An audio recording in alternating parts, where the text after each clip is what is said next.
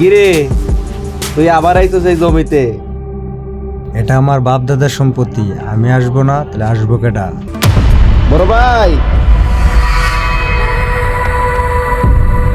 বড় ভাই আইসি আপনার লগে দেখা করতে। ওর বাপের সম্পত্তি ফেরত চায়, আবার ফসলও ফেলাইছে।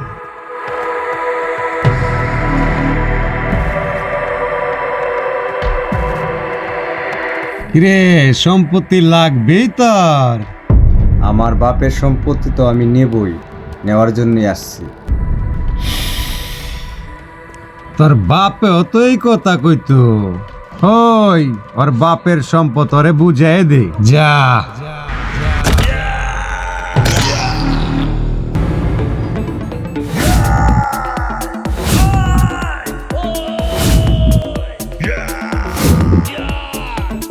Whoa!